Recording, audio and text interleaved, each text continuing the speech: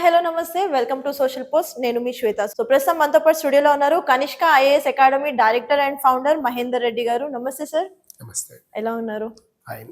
Sir, ఎక్కడ విన్నా Kanishka IAS academy గురించి ఒక యూనిక్ పాయింట్ చెప్తున్నారు. మీ స్టూడెంట్స్ చాలా మంది ఏమంటున్నారంటే ఫస్ట్ సిట్టింగ్ లోనే అటెంప్ట్ క్వాలిఫై అయ్యేలాగా మీరు ట్రైనింగ్ ఇస్తున్నారు అని. సో అసలు అంత సక్సెస్ నేమ్ ఎలా వచ్చింది? దీనికి ఏం లేదమ్మా, ముందు స్టూడెంట్ కానీ లేకపోతే ఇన్స్టిట్యూట్లో ఉండే ఫ్యాకల్టీ కానీ సిలబస్ మీద కంప్లీట్ ఐడియా ఒకటి ఉండాలి. ఓకే. రెగ్యులర్గా ఈ క్వశ్చన్ పేపర్స్లో వచ్చే చేంజెస్, ఏదైతే ట్రెండ్ చేంజెస్ ఉంటాయో వాటి మీద ఐడియా ఉండాలి. సో తర్వాత మూడవది వచ్చేసి ఈ ట్రెండ్స్కి అనుగుణంగా మనం ఎలా ప్రజెంట్ చేయాలి అనే దాని మీద అవగాహన కనుక ఉండితే డెఫినెట్గా చాలా ఎర్లీగా సక్సెస్ అనేది వచ్చే అవకాశం పెరుగుతుంది. ఓకే. సో అసలు ఈ కనిష్క ఐఏఎస్ అకాడమీ అనేది ఎప్పుడు స్టార్ట్ చేశారు సార్? కనిష్క ఐఏఎస్ అకాడమీ 2008లో స్టార్ట్ చేశాము.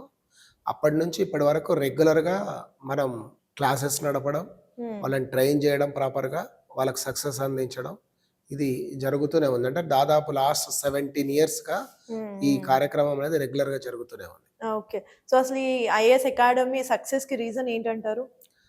ఒకటే రెండు అంటే ప్రధానంగా చెప్పేది ఏంటంటే ఇది బ్లెండ్ ఆఫ్, ఒకటి వచ్చేసి హార్డ్ వర్క్ అయితే రెండవది స్మార్ట్ వర్క్.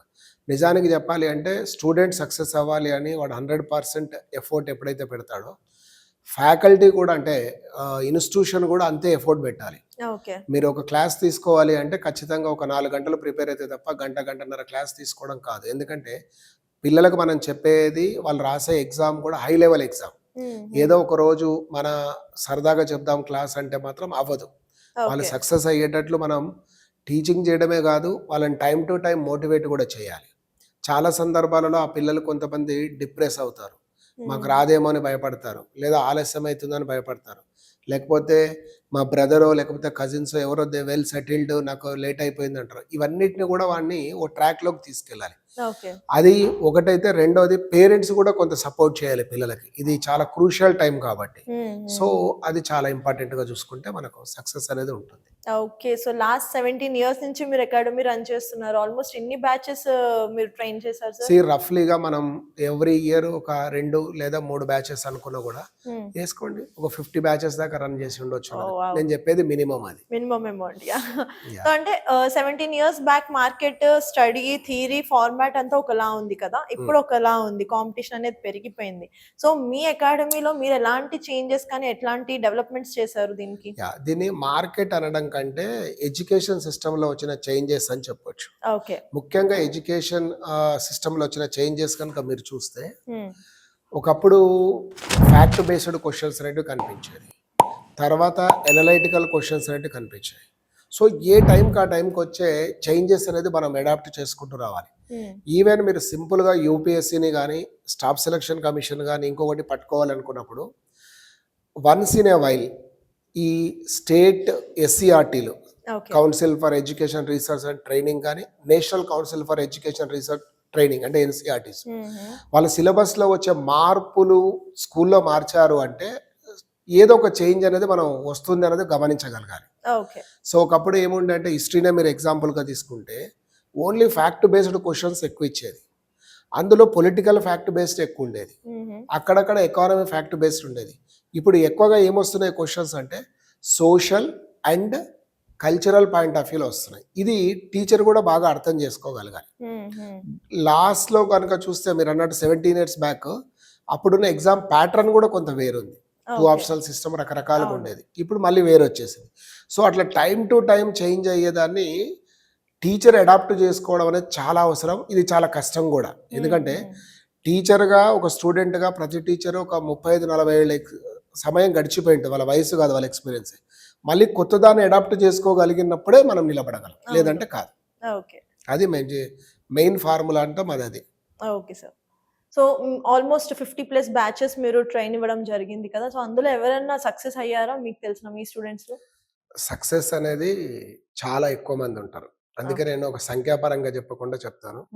మీరు 2 తెలుగు రాష్ట్రాలలో ఏ ఆఫీస్ కన్నా వెళ్ళండి, అది పోలీస్ డిపార్ట్మెంట్ కావచ్చు, ఎక్సైజ్ కావచ్చు, మున్సిపల్ కావచ్చు, రెవెన్యూ కావచ్చు, ప్రతి ఆఫీస్లో నా స్టూడెంట్ అయితే ఒకరు. Okay, super. దాని మీద మీరు క్యాలిక్యులేట్ చేసుకోండి. వాళ్ళు ఐపీఎస్ ఆఫీసర్స్ అయ్యి ఉండొచ్చు, సబ్ ఇన్స్పెక్టర్ ఆఫ్ పోలీస్ అయ్యి ఉండొచ్చు, సో ఈ మధ్యలో మాత్రం మీకు ఖచ్చితంగా పోలీస్ డిపార్ట్మెంట్లో కనిపిస్తారు. ఓకే. రెవెన్యూ డిపార్ట్మెంట్కి వెళ్తే డిస్ట్రిక్ట్ కలెక్టర్ నుంచి తహసీల్దార్ వరకు ప్రతి ఆఫీస్ అని చెప్తున్నాయి, ఎవరో ఒకరు ఏదో దగ్గర ఖచ్చితంగా ఉంటారు. ఉంటారు ఖచ్చితంగా. సో అక్కడే కనిపిస్తుంది కదా సక్సెస్ ఇంకా ఏంటి అంతే, దాన్ని అనేది. మనం అంతే. XYZ అని నంబర్స్ తోటి చెప్పడం అనేది కాదు. యాహ్! సో ఇంకా ఐఏఎస్ గురించి డెప్త్‌కి వెళ్ళే ముందు మీ గురించి కొన్ని మాట్లాడదాం సార్. లైక్ మీకు ఎన్ని ఇయర్స్ ఎక్స్‌పీరియన్స్ ఉంది? మీరు కూడా ఐఏఎస్ ఈ సివిల్స్ అటెంప్ట్ చేయడం జరిగిందా? యాహ్! నా పోస్ట్ అంటే అదే ఈ ఎడ్యుకేషన్ కంప్లీట్ అయిన తర్వాత జనరల్‌గా అందరిలాగా నేను కూడా సివిల్ సర్వీస్ అనేది రాయడం జరిగింది. ఓకే. సో అందులో నేను సక్సెస్ కాలేకపోవడం కూడా ఒక కారణం. ఓకే. బట్ గ్రూప్ 2 లాంటి దాంట్లో నేను సక్సెస్ అయ్యి ఉండే. బట్ నేను అది చేయలేదు. ఓకే. సో తర్వాత కాలంలో ఏంటంటే ఆహ్, ప్రయత్నం చేద్దాము అనుకుంటూ ఇటువైపు వచ్చాము. మొదట్లో చెప్పాలి అంటే మళ్ళీ అటెంప్ట్స్ రాస్తూ ఇది చేద్దాము అనుకునే ప్రయత్నంతోటి వచ్చినాం వాస్తవం చెప్పాలంటే. ఓకే. కాకపోతే ఇదే ఫుల్ టైమ్ అయింది. అయిపోయింది. వాస్తవం చెప్పాలంటే దానికంటే ఇదే ఎక్కువ ఫుల్ టైమ్ అయిపోయింది. హ్మ్. హ్మ్. సో మేము యాజ్ ఎ టీచర్‌గా అయితే నేను 2005లోనే 2004 అక్టోబర్ ప్రాంతంలో స్టార్ట్ అయింది ఒక ఓకే. టీచర్‌గా. హ్మ్.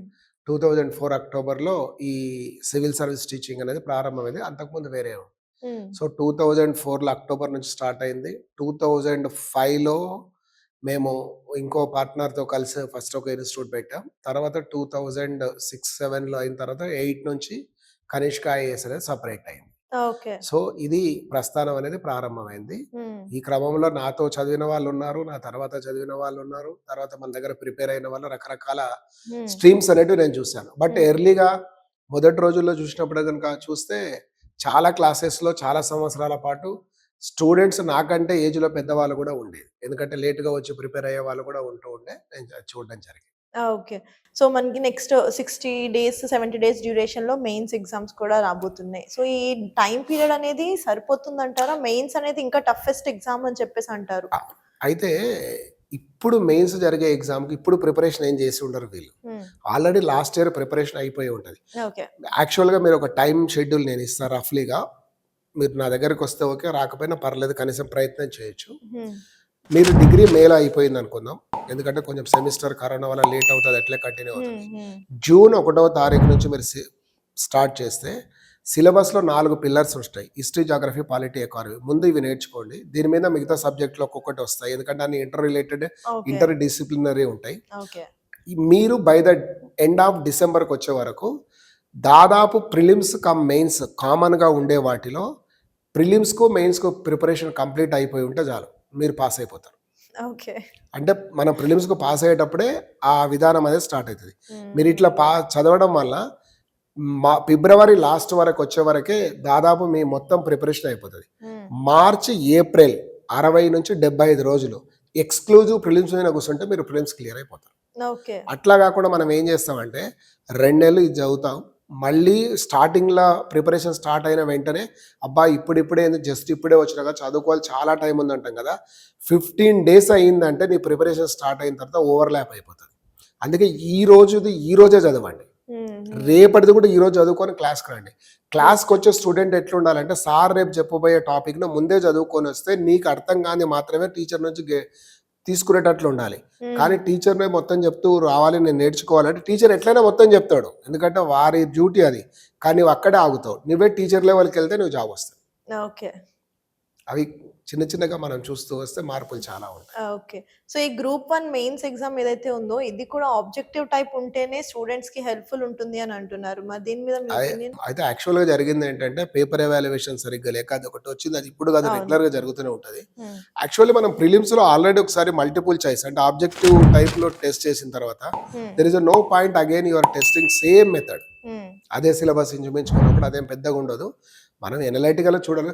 మనము ఏమంటామంటే సిస్టమ్ బాగాలేదని చెప్పి సిస్టాన్నే మొత్తం తీసేయడం కాదు. సిస్టాన్నే బాగు చేసుకుంటే బెటర్. బెటర్. ఆ! హ్మ్. కొత్తగా మళ్ళా ప్రిలిమ్స్‌కు మెథడ్‌లోనే మెయిన్స్‌కి పెట్టడం అనేది అది కొంచెం హయ్యర్ ఎగ్జామ్. కాబట్టి హ్మ్. ఇందాక నేను అన్నా కదా! ప్రాబ్లమ్ అండ్ సొల్యూషన్‌ను అవును. మల్టిపుల్ చాయిస్‌లో అంత ఈజీగా టెస్ట్ చేయలేం.